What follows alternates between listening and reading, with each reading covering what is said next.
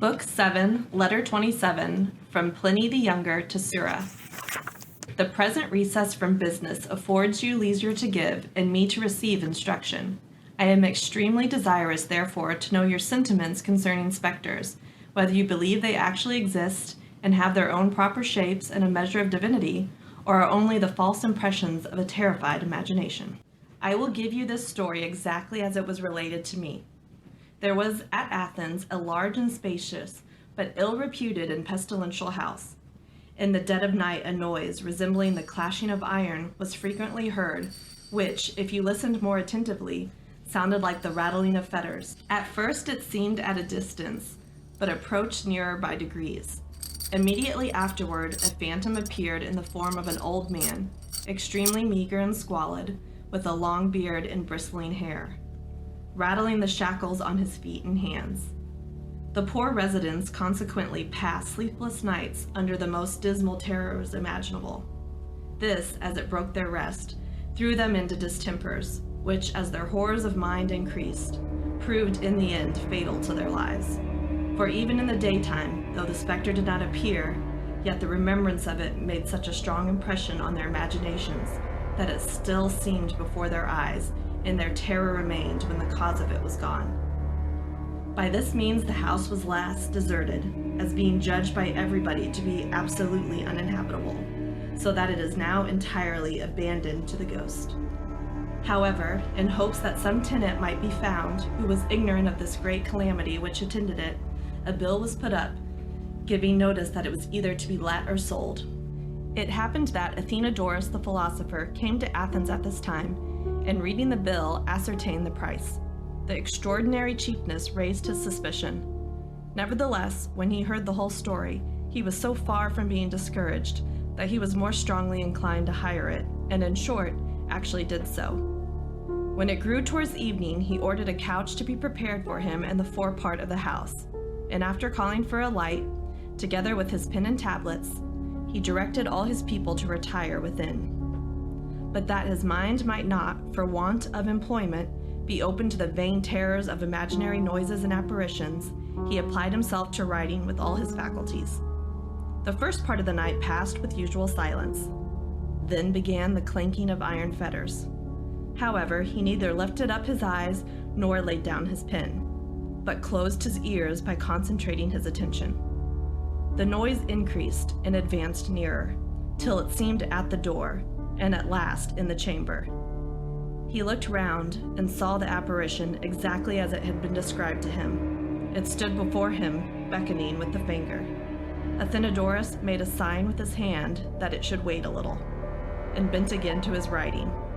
But the ghost rattling its chains over his head as he wrote, he looked around and saw it beckoning as before. Upon this, he immediately took up his lamp and followed it. The ghost slowly stalked along, as if encumbered with its chains, and having turned into the courtyard of the house, suddenly vanished. Athenodorus, being thus deserted, marked the spot with a handful of grass and leaves. The next day he went to the magistrates and advised them to order that spot to be dug up. There they found bones, commingled and intertwined with chains, for the body had been molded away by long lying in the ground, leaving them bare and corroded by the fetters. The bones were collected and buried at the public expense, and after the ghost was thus duly laid, the house was haunted no more.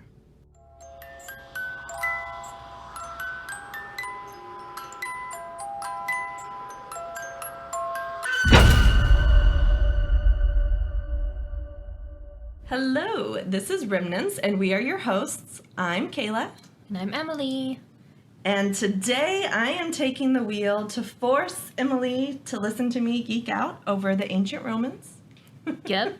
And this is potentially going to be part of, I guess we could call it a new series we're doing, where we're going to each kind of pick a topic and research and present it to the other person. Mm-hmm. There's the hair on the mic. Oh, yeah. There you go. Blame it on the cats. Yep. So this is Kayla's night. Whoop, whoop. So what are you... You're forced to listen to me. Yeah. So what was that introduction? What was that story? Well, was really spooky. It's kind of, you're making me get a head in my nose. Oh, I'm sorry. If you're going to talk about it, I'll wait. I am going to talk about it. Okay, never mind. And I'm going to talk about it like sooner than later. Okay. But I'm just I'm going to set up the scene for what we're going to discuss in this episode. Gotcha. So it's going to be about ancient Roman ghosts and what the Romans believed in ghosts. They believed in many types of ghosts, and it's kind of, in my research, it's just amazing the similarities in like how we view ghosts today. Kind of like with that story, it's basically a haunted house, and there's like, you know, the chains rattling. Those are two very specific haunted house type tropes that we still talk about today. It's true. I wonder if that's just like an accepted creepy thing that just people overall ages and cultures were like, chains. Yeah. Ghosts have chains. Right. And sheets. Yeah. That's what makes them scary. And yeah, it's just funny. So it's like, maybe we're not so different from those people 2,000 years ago. It's just like, just keep in mind, if you want to scare anybody, just rattle some chains and you've got it. Yeah. Scared the Romans, it can scare you. Exactly. But yeah, that story is pretty famous in ancient Rome, mostly just because it was actually written down and it's a detailed story. Yeah. Because you'll find like mentions of ghosts here and there in like Roman literature and letters and even in some law, because they were big on like ghosts appearing in dreams and that kind of stuff. So, Really? But yeah, there's a couple like, there's a line from the epistles by the Roman poet Horace, and he says, you know, do you laugh at dreams, miracles, magical terrors, witches, ghosts in the night, and Thessalian portents? So like, there's all these like, you'll find all these mentions of just ghosts in literature, but this letter that Pliny the Younger wrote is one of the most famous because it's just lengthy.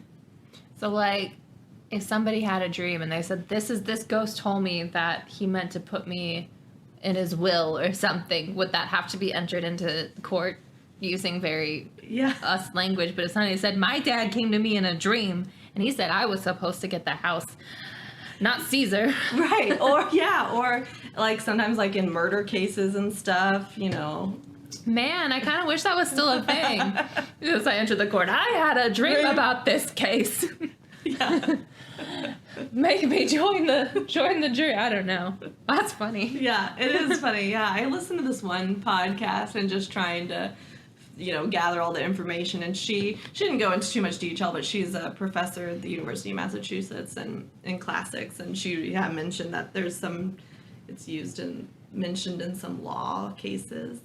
That's amazing. That's the best thing ever. Right. You need to do a follow-up episode like this case. This case was won by a ghost. I mean, is it all that dissimilar from like police departments hiring psychics? Not really. You know, It's just like, I guess, like, I have a feeling that they will be in this canal. Just go there. I just feel like you should. I guess it's kind of be the like, same. I had this dream that my dad wanted me to have this house. Yeah, So- that's pretty much. I had a dream a tiger stole all the burritos from Taco Bell. I think everybody should check on Taco Bell. Something bad's happening. Better go. I'm just always thinking about Taco Bell. It's always on my brain. I mean, especially in relation to our podcast. We are sponsored by Taco Bell. Yeah. Dong. I'm done. No, you're gonna have to like interject to make all of my geeking out over Roman history exciting. So good thing you brought me a soda, because now I'm all hyped. I'm all jacked up on Mountain Dew. I'm gonna come at you like a spider monkey.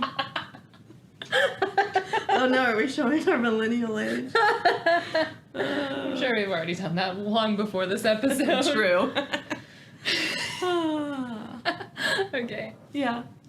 Carry on, my wayward Oh, son. wow, where even was I? No. I guess, so this famous ghost story. Pliny the Younger. Do you care to know who he is, or do people Yes. need to know that? Sure. I've heard about him. I've heard of him. I've never knew who he I was. think he's probably more, his uncle, Pliny the Elder, is probably more famous. Where's Pliny the Middle? Pliny the Middle. Pliny the slightly Pliny older. the Elder, he was at the eruption of Mount Vesuvius and died trying to save people. Or that's the story. He probably just ran away. Yeah. But yeah, he was found, they, think he just suffocated. Found, yeah. There. Can't really make a joke about So that. then Pliny the Elder inherited Pliny the Younger, inherited his, estate, I guess. And Or did he? he's like, my uncle has no children. But then his best friend had a dream. Yeah, you should really go to Pompeii right now. That's a real cool place. Actually, it was like the Las Vegas of Rome. I heard that. times. Did they find like a bunch of graffiti of penises all over Pompeii? Oh yeah. That's incredible. It is. And then they were punished by the gods for their Craziness. because I can think of a word. I just randomly gestured at the air like that would make a word appear. Craziness. Yeah. It's so cool. I've been there, and like it just like shows how advanced the Romans were, because like they had sliding doors, like you can see the grooves still of where the That's doors cool. were. And they had indoor plumbing. They had bathhouses. They, at least the rich, bathed daily. They had public toilets. Honestly, it sounds a little bit better organized than Kansas City. Yeah. I know. I've always thought if I was forced to live in another time period, I think I would pick ancient Greece or Rome, because they were at least, they didn't hate women. I mean, women were still, And the outfits were airy. That'd be nice. That's true. Yeah. The food. Very comfortable food. Mediterranean diet. Wine. Yeah. They were enlightened, educated. I mean, I'm sure, they had slaves and there was bad stuff too, but.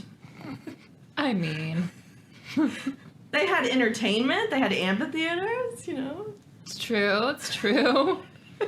Go to the show. Great. It's great.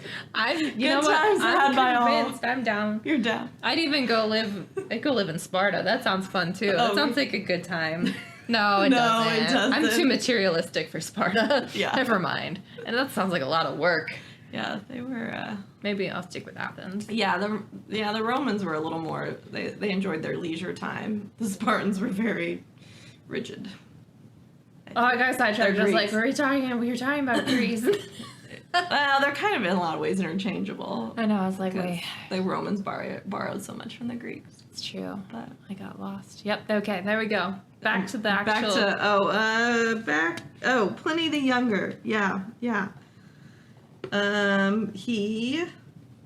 That letter I read, it also included 2 more ghost stories, but I was like, well, it's lengthy enough, so That was a good one though. I'll link in our notes. I'll link the translation if you guys are so inclined to read the rest of his letter. But I do think it's kind of funny that he was just like, hey, I got some downtime. I'm going to write to my friend and be like, do you believe in ghosts?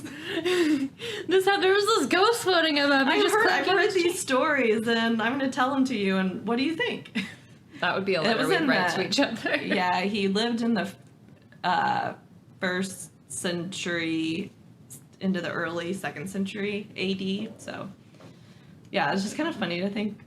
It's kind of like what I do. Text someone, Kind hey, of. you believe in ghosts? I don't care. I'm going to I tell heard you this about story. them. I'm telling you about those ghosts. I don't care what you want. Yeah. Oh my god. Sadly, of course, we don't have, Sura's reply. If he responded believing in ghosts or not, who knows? Well, But he just ghosted him.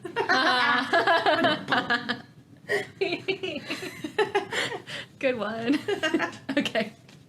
another fun ghost story I found, which is definitely fiction, unlike the other story, claims to be true, but it's also a haunted house, which was kind of a common Roman ghost story.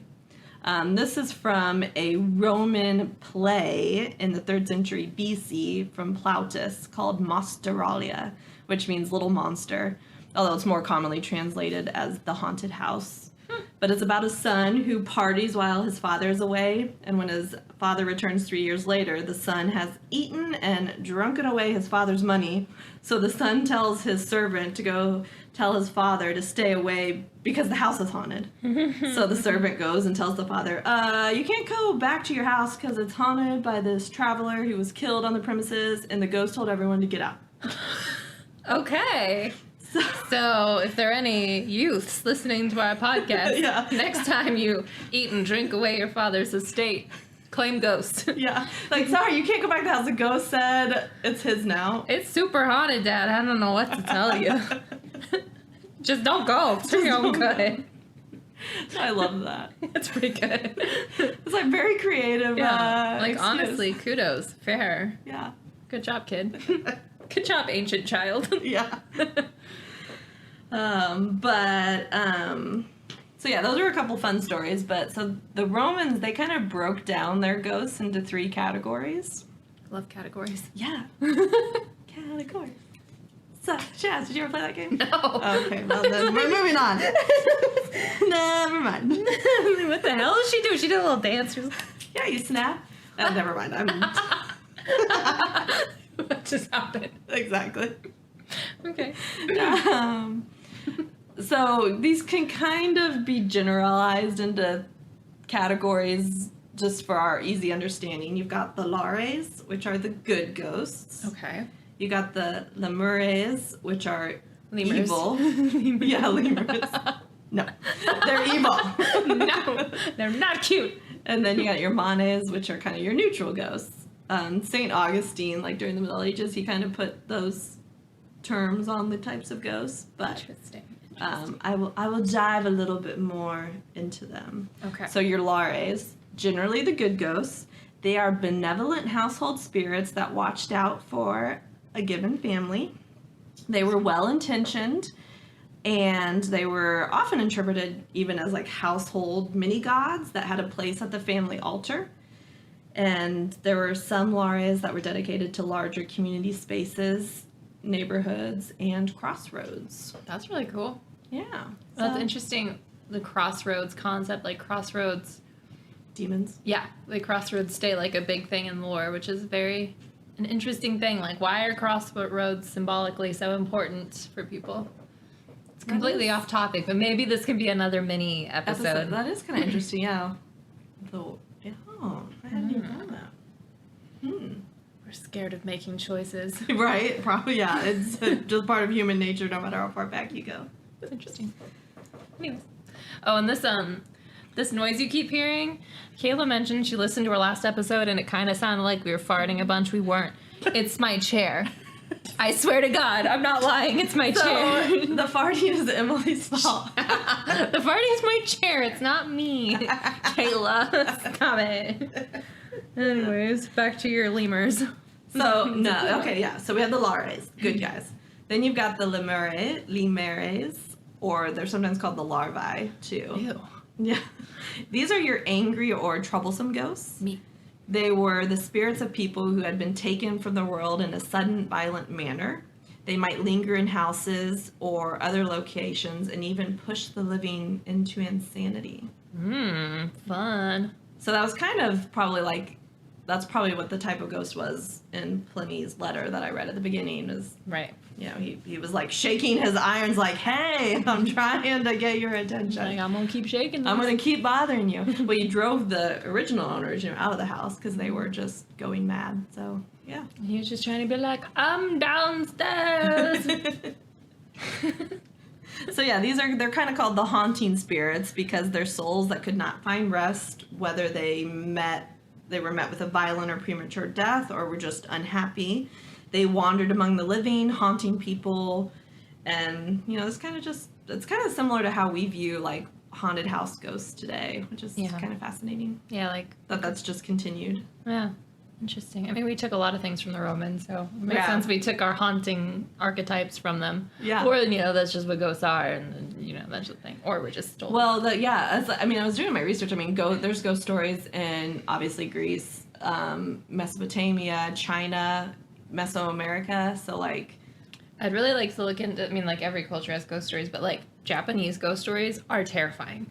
They were so creepy. Even Like- today, isn't that where that suicide forest is in Japan? Yeah, that is, and this is off topic. I won't talk about it much, but that one is literally like they describe like some of the reasons they say that the forest is so dangerous and like so many suicides happen there is like you can go there and then there's some sort of spiritual influence, like there are ghosts in there that lead you astray and persuade you to commit suicide. And they have something too, I can't remember the exact word, but they have a specific ghost type that's called like a hungry ghost. Ooh. And they're the ones that are like the violent lemurs. So what kind of, I'm going totally off topic. Okay, so like what would make their culture kind of be like so, like their ghosts being so horror versus like the Romans? I feel like even the Roman evil ghosts, it's still kind of kooky, you know, like I don't know, because like some of them I guess you could just, I don't know. The Romans just generally happier people. I don't know. I think it just has something to do with maybe the way your worldview kind of shapes. Or maybe because Italy's like sunny. I don't know. Is Japan like cloudy a lot? So It's they're like misty and emo. you know. I don't even know that. I don't know. That would be interesting to look into. Like Yeah. it'd be kind of fun to look into different cultures' ghost stories and maybe why they're the way they are. Because like I don't know. Like even a United States has its own lore, but it's not so much ghost stories as it is like we favor cryptids. And I find that very interesting because that, if you think about like indigenous stories and everything, that's very much like it was more creature based kind of, and there were spirits too. But Which the Greeks and Romans did too. Like, ooh, you know, the werewolf comes from the Greeks, and the Yeah. Romans believed in skinwalkers. I came across, and Remus. I came across some skinwalker stories, and That's interesting. It's not really related to this ghost episode, but I like started writing about it, and I was like, well, that's kind of its own episode. But yeah, We've got so many ideas I know. already. It's just like I would love to do Japanese ghost stories because they're Yeah. fun. yeah. Okay, I'll stop going off But topic. we do.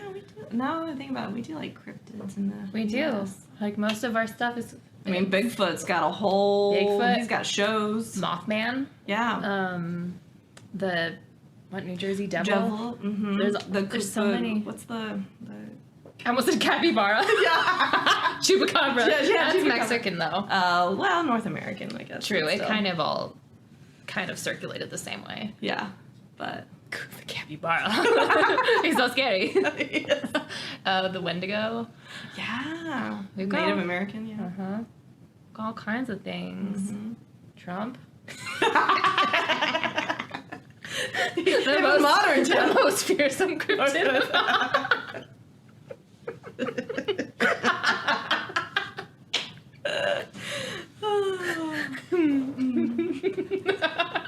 Well, I'm gonna get back to talking about the evil ghosts. Is that fitting?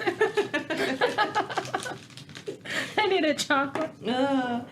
So the oh my, I don't know why I struggle. I think because I want to say lemur. The lemures. They were honored annually with a 9-day festival in May called Lemuria. They held these ceremonies to satisfy the spirits. One ritual that they did during the ceremony was to clang together pieces of brass with the idea that the loud noise and the accompanying words, "Ghost of my fathers, go forth," would cause bad spirits to vacate the premises. So I kind of thought that made me think it's almost related to how, like the superstition, or I don't know, the theory that like iron like will get rid of ghosts. Like in the show Supernatural, they would do that. Another interesting thing. These are going to be such a long episode. Yeah, this is supposed to be a short one. Iron is also used, like it's supposed to believe to repel like fae and like fairies. Yeah, so like what is it about metals? I don't know. Like iron in particular. Why is that one so repellent? Does it have like some sort of holy import Or maybe it actually works.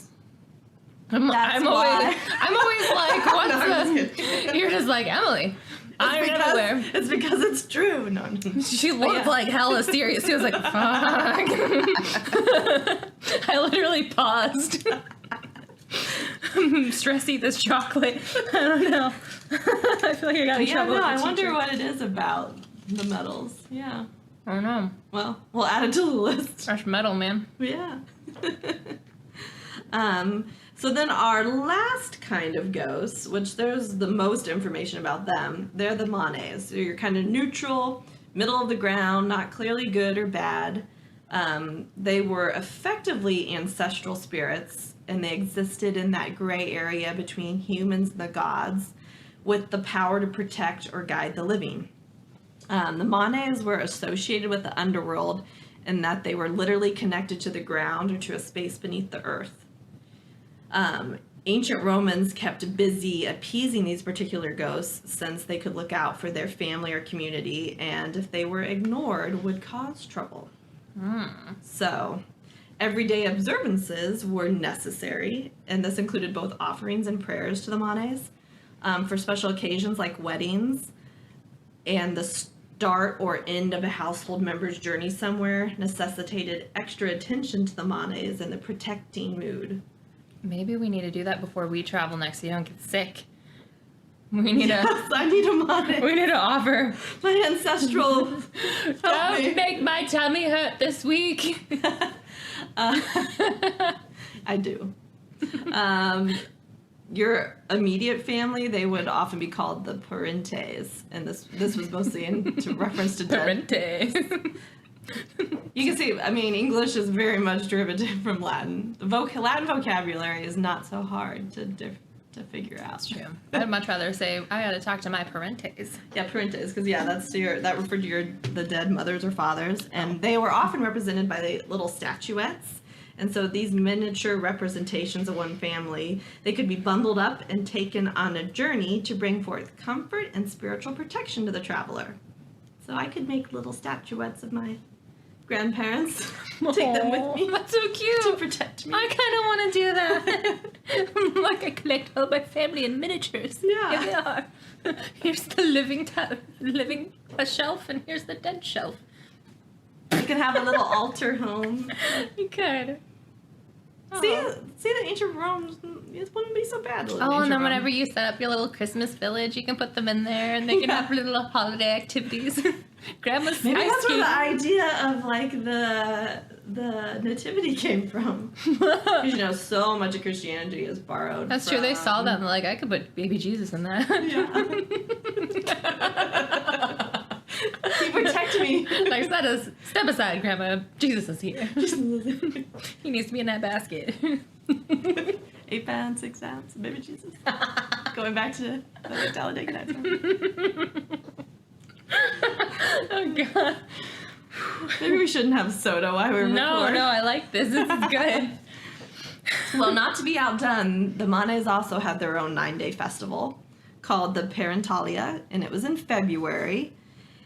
And at the Parentalia on the 18th and the 21st of February, the living would share a meal with the benevolent spirits of their ancestrals at their graves. So that's nice. Yeah, it's cool. I like it. It's kind of like, it has like Day of the Dead vibes. Yeah. Like it's more, like you said, it's not necessarily kooky. It's less spooky, kooky, and more like just ancestral spirits kind of. Like it's more of like, it's just a part of their culture. Like I wish it was a part of ours. That'd be fun. Yeah. I don't know where we lost that along the way. Probably Jesus. the Middle East. Jesus' fault. Damn it, Jesus. Yeah. Just kidding. Yeah, the saints came into the picture. You don't need your ancestral gods to protect you. You gotta worship these saints. Yeah, worship this guy. Mm-hmm. I about it. So this was kind of cool, I found. So when a family member died, and thus a new spirit was on the way to join the other manes, their tombstone was usually marked by the initial DM, which stood for Dismonibus, or translated, the spirits of the departed. So this was kind of a heads up to the pre-existing manes that a new spirit was on the way and could use some guidance on the other side while they adjusted to their new role as an ancestor ghost. So it's like the temple where Mushu lived. Yeah. It's kind of cool. Yeah. See, look at all these ties of different cultures. All this. Okay. We're all alike. And so one of the ways that the Romans kept the Manes happy was by making offerings, and a recently deceased relative could be honored by pouring libations or leaving food on or near the grave. And some memorials even had built-in cups that would allow wine, water, honey, or other liquids to filter through the cremated remains below. That's interesting. Mm-hmm.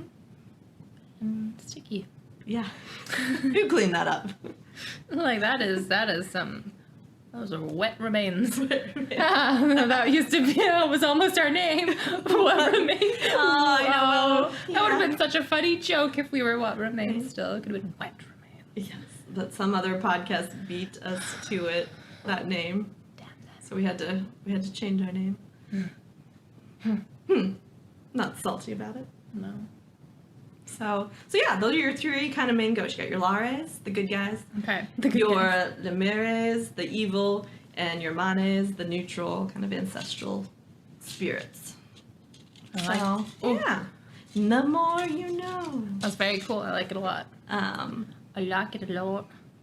I'm not done yet. Oh, I'm sorry. I'll shut up. No. The Romans believed there was basically two ways that spirits would linger in the mortal world. And those both had to do with problems surrounding their death. One was improper burials, and the other was unfinished business. Okay. So, since the underworld was kind of the final destination in their beliefs, anyone who couldn't make it across the river Styx, separating the land of the living from the dead, might become a ghost.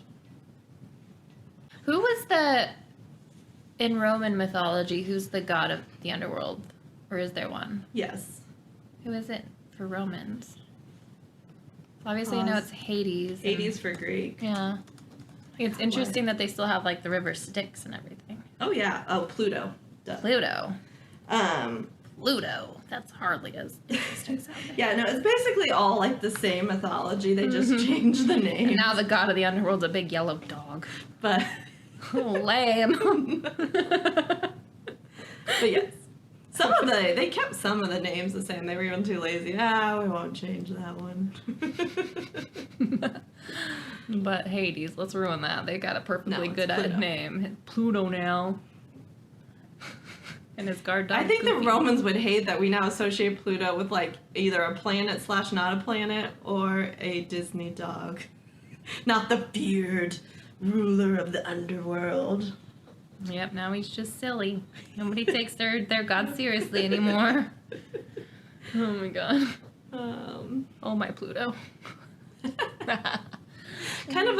This is sort of related thinking of the underworld. This, like, fun little fact I came across. So, like, you know, in modern ghost stories, we kind of, like, ghosts walk through walls. But the Romans, because they believe that ghosts, like, came from the underworld, they always, like, melted into the ground. Like, that's how they, like, left.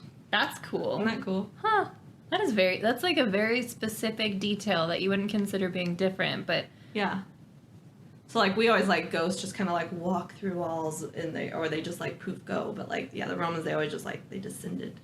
so like, this is probably too specific a question, but like, do the ghosts then, since they can't cross the river Styx, do they still, like, live in the underworld? They just can't actually go to the afterlife portion of the underworld? Yes. So they just, correct. like, pop up, I'm here to terrorize, and then... Like, I'm here, like, damn it, give me a proper burial, like the guy in the story I read at the beginning. And they just melt back down. Or, which I'll get into, or it's like, avenge my death so that I can cross the river Styx. And then they return to the underworld waiting room. Yeah.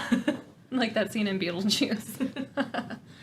Okay. Oh, Yeah. that's really cool. I didn't know that. Yeah. Nice. It's kind of like, this is Greek, but, like, even in the Odyssey, you know, Odysseus, like, when he on Circe's island, like, goes down into the underworld and he, like, runs into one of his, you know, comrades and he's like, what are you doing here? He's, like, just waiting in line. Fancy seeing you. And the here. guy was like, well, you left me behind on the island and I died, and because you didn't even know I was gone, I have not been properly buried. So Damn. so he was like, so Odysseus, when you get back up top, if you could bury me, that'd be great so that I could get out of this line. So, it's That's fascinating. incredible. He's like, man, glad you got down here. I thought I was going to be here forever. Oh my god. All right, cool. I don't know, yeah. That is a fun fact. I like it. Fun thing. But But so that kind of relates to like why ghosts, not having the proper burials. And like I said, like the ghost in the story I read at the beginning, the Romans were big on the proper burials, and it just shows like the importance of burial in remembrance in their society, which is really kind of true even in cultures today. Mm-hmm. That, if a body is not properly buried, whether through accident or malice, it could result in a restless, unhappy spirit. I think some of the Roman burial stuff sounds cool. I'd like to have a cup to have wine or honey poured in. Mm-hmm. I think that'd be cool. Yeah. Just make me wet dust. I think that's like, it's kind of cool. I think just with their mythology, like they just so fully believed in the afterlife, like I think death wasn't how I don't know, it was kind of just like, so we're gonna go hang out at this grave, give them some wine, they're chilling in the underworld. Like it time. seemed more of like a next step versus an ending. Right. Which obviously, like, the afterlife exists culturally still, like with Christianity and other religions, but it's just not as commonly fully accepted anymore. So that's probably... Well, and I think and I'm probably maybe overspeaking in some ways, but like, I don't know, we just like, in Christianity, you can go to heaven and it's great, but there's not like specifics, whereas like the Greeks and the Romans, I mean, the underworld was very specific. I mean, there was different, the heroes went to this place, the bad people went to Tartarus, but even they had a chance to like get out. Like I feel like Christianity, go to hell, that's it. Yeah, that's true. I don't know, but their underworld was just so fully formed. Yeah, it was literally like another world. Yeah. It was just the underworld. Yeah. That's a very good point, because it would... Ours is so like, we don't know, and we don't know, but like, I think maybe that leaves room for... It's either you're good or you're bad, and after that, And even the Greek and Roman underworld had like a neutral zone where you kind of just, if you were like just an okay person, this is where you went, I don't know, They had different sections. I love a good section. Right. It's like Hogwarts for when you die. Right. Which house do you get sorted into? Damn it, I'm in the neutral house. Guess that's probably what It's better than Tartarus. Yeah, I don't want to go to Tartarus. Sounds cool, though.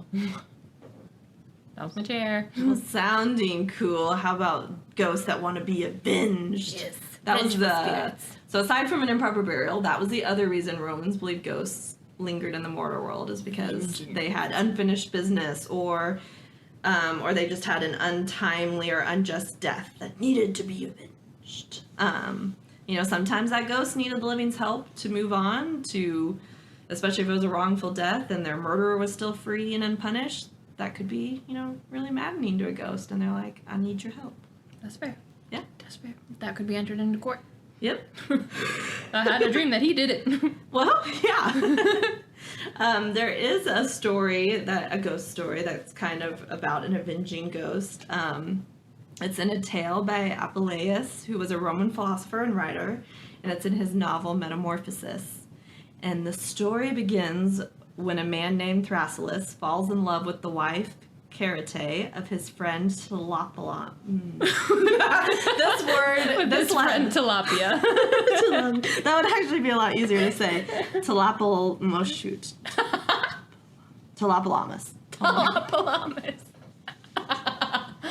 Tilapalamus. It is a hard one to say. It's T-L-E-P. It's the T-L-E-P. Like that is not, those words don't exist together. Name my next dog Tilapalamus.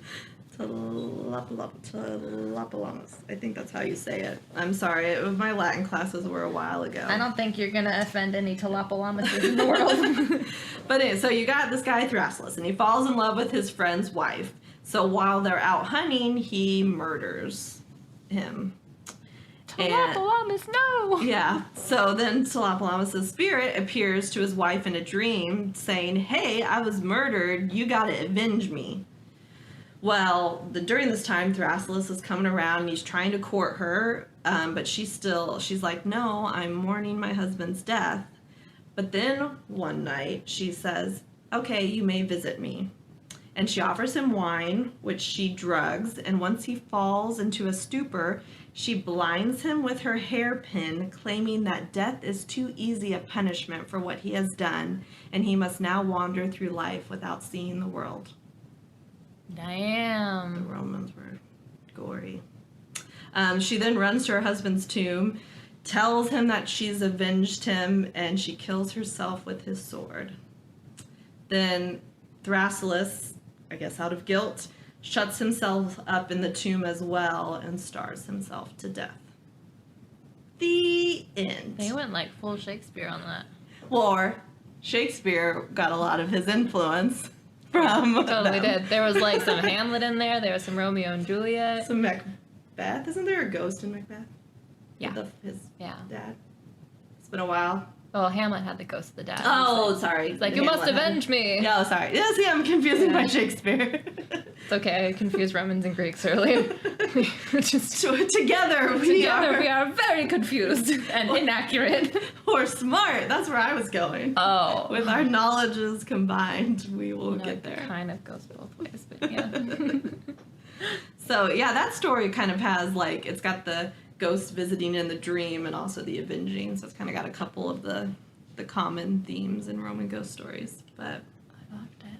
I like that story. That's a good story. Thank you. you're welcome. I'm here for the gory story. I love blinding people with hairpins. Because they I mean, that's a good wife. She was like, you murdered my husband and death is too easy, so I'm going to freaking blind you. It's pretty cool. It's pretty cool. Yeah.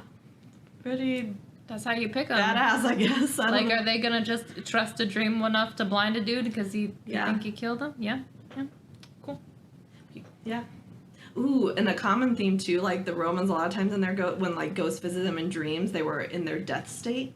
Ooh. So it doesn't specifically call it out in this story, but you know, in the Aeneid, which is the Roman version of the Odyssey, because when the Romans were forming their culture, we're like, we need a cool story like the Odyssey, so they basically just stole. Anyways, Aeneas is a Trojan who Okay. is then making his way back to Rome. But anyways, he is visited by the ghost of Hector, and Hector comes to him in his bloodied death state. That makes it a lot spookier. Yeah. Because, yeah, a lot of our ghosts are like, they're returned to their... Like youthful look or something, or And they're like, no, a sweet grandma. he's holding his head in his arms. Yeah. It's a dangling on or something. Oh, nearly headless Nick. Yes. In the Romans, sometimes they used ghosts to enact curses, which I love. Wait, how? How did that work? So we actually have like some physical evidence that survived of where there's these curse tablets, and they would be scrawled with names or pleas or invocations, and they were deposited in or around graves. The resting places of people who died in violent matters were like the choice spots. I think because they were already like, typically those were the lemures, the more evil spirits. So like, yeah, they'd be more willing to, So they, enact a curse because they're already bad. they ask a ghost to curse somebody for them. Mm-hmm. That's really cool. Yeah. Some, if they weren't on a tablet, they might have even been rolled on a paper and crammed into a tube that was supposed to carry offerings to the dead. So. That's so cool. Yeah. Ghosts could start a business in the afterlife. Yeah. Like, I'm a professional curser. Yeah. I just love that they don't go to the good ghosts. They're like, we're going to go to the angry ghosts because they're more likely to carry this message to the evil spirit or even take it on themselves because they're just angry. I love that so much. Yeah. That's cool. And they found some of these curse tablets too, like also buried underneath the floors of like amphitheaters or circuses, because maybe I don't know, they theorize that maybe it's like they didn't want to bother ghosts, so they're like, well, we'll just leave it here and maybe someone will find it. Or like a wandering ghost. Yeah. Just pick it up and like, oh, yeah, I haven't cursed anybody in a while. Yeah. I could use this. Yeah. So. Like, everybody likes to go to the circus. Yeah. Surely there's a lemur, how do you actually say it? Lemures. Lemures. Surely Lemures. there's a lemures here somewhere who will take my offer. So. It's pretty cool. Yeah. I'm saving that nugget, that brain nugget. Yeah. Ew. That's gross. Never say it that way again. Yeah. So, anyways, that's kind of just sums up the Roman, I don't know, mythology or lore on ghosts, and really, like, did the Romans believe in ghosts? And it's kind of a yes and no answer. They definitely had like their superstitions and their festivals around ghosts, and they like to use ghosts in their stories. But I mean, kind of like today, they had people that believed and people that didn't. And kind of in my research, it was similar to even their religion. Like, some people fully believed in the Roman gods, and others were like, maybe. And then you had some that were like, no. Like, one of my favorite things that I came across in my research is that it was kind of calm is not the right word, but they found this on some Roman epitaphs, and the quote is, "I was not, I was, I am not, I don't care." I love that. So, like, I mean, it kind of just is like to put that on your tombstone, like, well, I'm dead now, so whatever. Like, I don't know, I kind of love that about the Romans, that some of them were just like, well, I lived, I'm dead now, whatever happens, it doesn't matter. I don't care. God. And that makes sense, though, like, and it goes for Greeks and Romans, that how philosophy was so important to them. Like, of course there'd be people that would think like that, because you can't spend so much time just thinking about things and be like, well, of course I believe in Greek gods and ghosts and Roman gods and all the things. Mm-hmm. But nihilism, yay! Yay! Yeah, it's perfect. And it's funny. The philosophers were the ones that actually tended to question, and the ghost stories were they come mostly from the philosophers. Like Pliny, Pliny the Younger, that letter I read, he was a philosopher, and he's asking, hey, do you believe in ghosts? I heard these ghost stories. What do you think?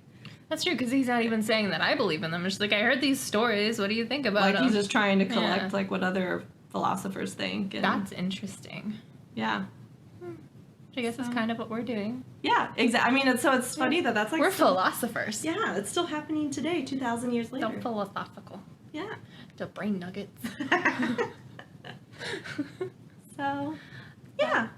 That was I really liked that a lot. That was super cool. Yeah, I really loved, like, diving in. I knew that there was, like, Romans believed in ghosts, and there were some ghost stories, but I never, like, dived much into it. So I had a lot of fun.